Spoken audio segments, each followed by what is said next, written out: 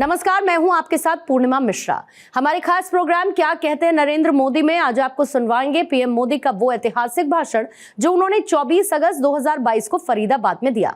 अपने भाषण में प्रधानमंत्री ने कहा कि हम बार बार सुनते आए हैं कि न हमें राज्य की कामना है न स्वर्ग के सुख की इच्छा है। हमारी कामना है कि हमें बस दुखियों की, रोगियों की पीड़ा दूर करने का सौभाग्य मिलता रहे और जिस समाज का विचार ऐसा हो, जिसका संस्कार ऐसा हो, वहां सेवा और चिकित्सा समाज की चेतना ही बन जाती। साथियों, हम बार बार सुनते आए हैं, न त्वम हम कामये राज्यम न च स्वर्ग सुखानि च काम ये दुख तप्ता नाम प्राणी नाम आरती नाशनम। अर्थात न हमें राज्य की कामना है न स्वर्ग के सुख की इच्छा है। हमारी कामना है कि हमें बस दुखियों की, रोगियों की पीड़ा दूर करने का सौभाग्य मिलता रहे। जिस समाज का विचार ऐसा हो, जिसका संस्कार ऐसा हो, वहां सेवा और चिकित्सा समाज की चेतना ही बन जाती है। इसलिए भारत एक ऐसा राष्ट्र है जहां इलाज एक सेवा है, आरोग्य एक दान है। जहां आरोग्य, आध्यात्म दोनों एक दूसरे से जुड़े हुए हैं।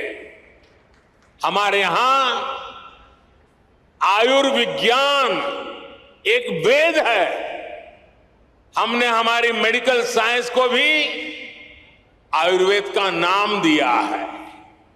हमने आयुर्वेद के सबसे महान विद्वानों को, सबसे महान वैज्ञानिकों को ऋषि और महर्षि का दर्जा दिया। उनमें अपनी पारमार्थिक आस्था व्यक्त की। महर्षि चरक, महर्षि सुश्रुत, महर्षि वाग्भट, ऐसे कितने ही उदाहरण हैं जिनका ज्ञान और स्थान आज भारतीय मानस में अमर हो चुका है। भाई और बहनों, भारत ने अपने इस संस्कार और सोच को सदियों की गुलामी और अंधकार में भी कहीं कभी लुप्त नहीं होने दिया, उसे सहज करके रखा। आज देश में हमारी वो आध्यात्मिक सामर्थ्य एक बार फिर सशक्त हो रहा। हमारे आदर्शों की ऊर्जा एक बार फिर बलवती हो रही है। पूज्य अम्मा भारत के इस पुनर्जागरण का एक महत्वपूर्ण वाहक के रूप में देश और दुनिया अनुभव कर रहा है।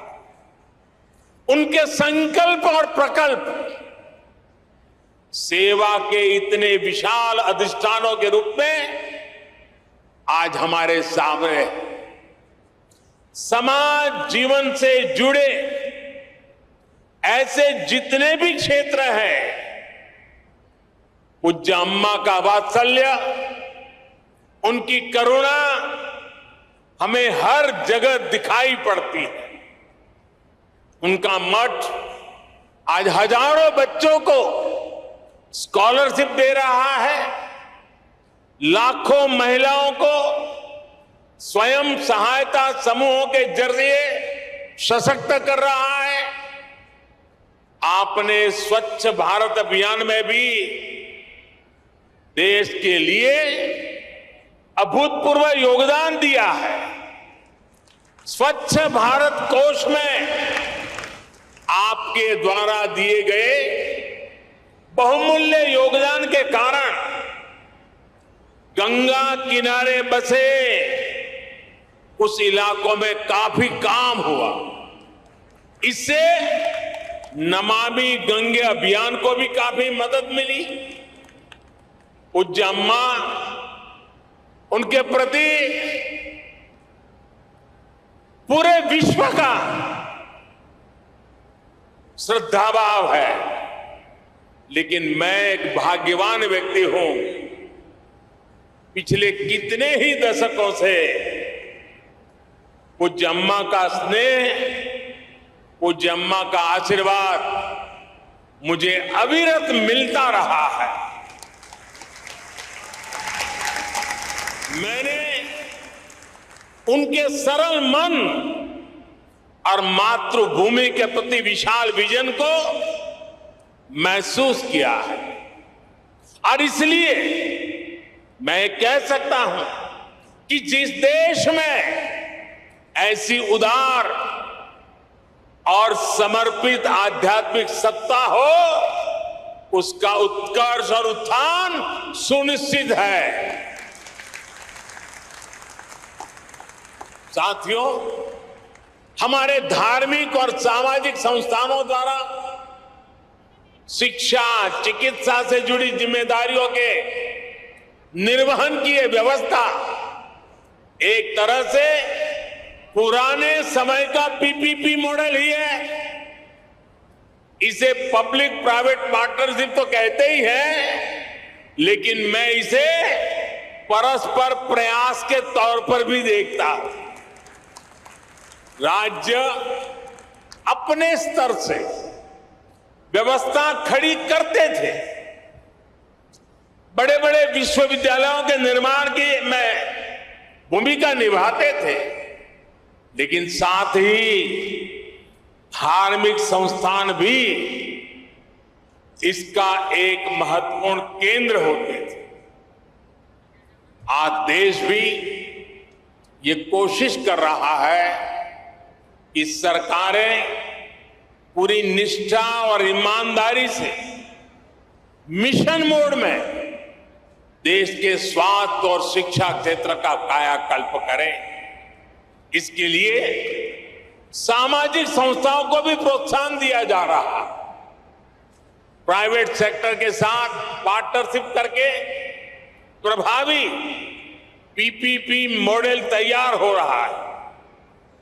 मैं इस मंच से आह्वान करता हूं, अमृता हॉस्पिटल का यह प्रकल्प देश के दूसरे सभी संस्थाओं के लिए भी एक आदर्श बनेगा, आदर्श बन के उभरेगा। हमारे कई दूसरे धार्मिक संस्थान इस तरह के इंस्टीट्यूट चला भी रहे, कई संकल्पों पर काम कर रहे हैं। हमारे प्राइवेट सेक्टर पीपीपी मॉडल के साथ साथ स्पिरिचुअल प्राइवेट पार्टनरशिप की वो भी आगे बढ़ा सकते हैं।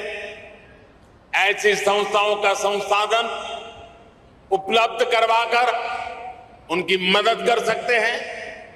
साथियों, समाज के हर वर्ग, हर संस्था, हर सेक्टर के प्रयास का नतीजा होता है। ये हमने कोरोना के इस काल में भी देखा है। इसमें भी जो स्पिरिचुअल प्राइवेट पार्टनरशिप रही है, आज उसका मैं विशेष रूप से जिक्र करूंगा।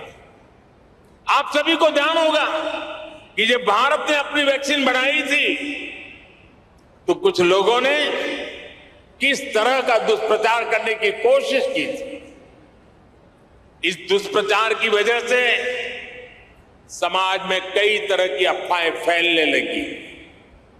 लेकिन जब समाज के धर्मगुरु, आध्यात्मिक गुरु एक साथ आए, उन्होंने लोगों को अफवाहों पर ध्यान न देने को कहा और उसका तुरंत असर भी हुआ। भारत को उस तरह की वैक्सीन हेसिटेंसी का सामना नहीं करना पड़ा जैसा अन्य देशों को देखने को मिला। आज सबका प्रयास की यही भावना है जिसकी वजह से भारत दुनिया का सबसे बड़ा वैक्सीनेशन कार्यक्रम सफलतापूर्वक चला पाया। साथियों, इस बार लाल किले से मैंने अमृत काल के पंच प्राणों का एक विजन देश के सामने रखा है। इन पंच प्राणों में से एक है गुलामी की मानसिकता का संपूर्ण त्याग। इसकी इस समय देश में खूब चर्चा भी हो रही है। इस मानसिकता का जब हम त्याग करते हैं तो हमारे कार्यों की दिशा भी बदल जाती है। यही बदलाव आज देश के हेल्थ केयर सिस्टम में भी दिखाई दे रहा है। अब हम अपने पारंपरिक ज्ञान और अनुभवों पर भी भरोसा कर रहे हैं, उनका लाभ विश्व तक पहुंचा रहे हैं। हमारा आयुर्वेद, हमारा योग आज एक विश्वसनीय चिकित्सा पद्धति बन चुका है। भारत के इस प्रस्ताव पर अगले वर्ष पूरा विश्व इंटरनेशनल मिलेट ईयर मनाने जा रहा है।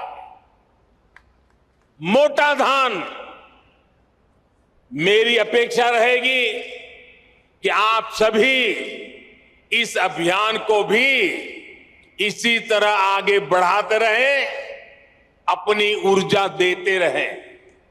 साथियों, स्वास्थ्य से जुड़ी सेवाओं का दायरा केवल अस्पतालों, दवाओं और इलाज तक ही सीमित नहीं होता है। सेवा से जुड़े ऐसे कई कार्य होते हैं जो स्वस्थ समाज की आधारशिला रखते हैं। उदाहरण के लिए, स्वच्छ और शुद्ध पानी तक सामान्य से सामान्य नागरिक की पहुंच, ये भी ऐसा ही महत्वपूर्ण विषय है। हमारे देश में कितनी ही बीमारियां केवल प्रदूषित पानी से ही पैदा होती रही है।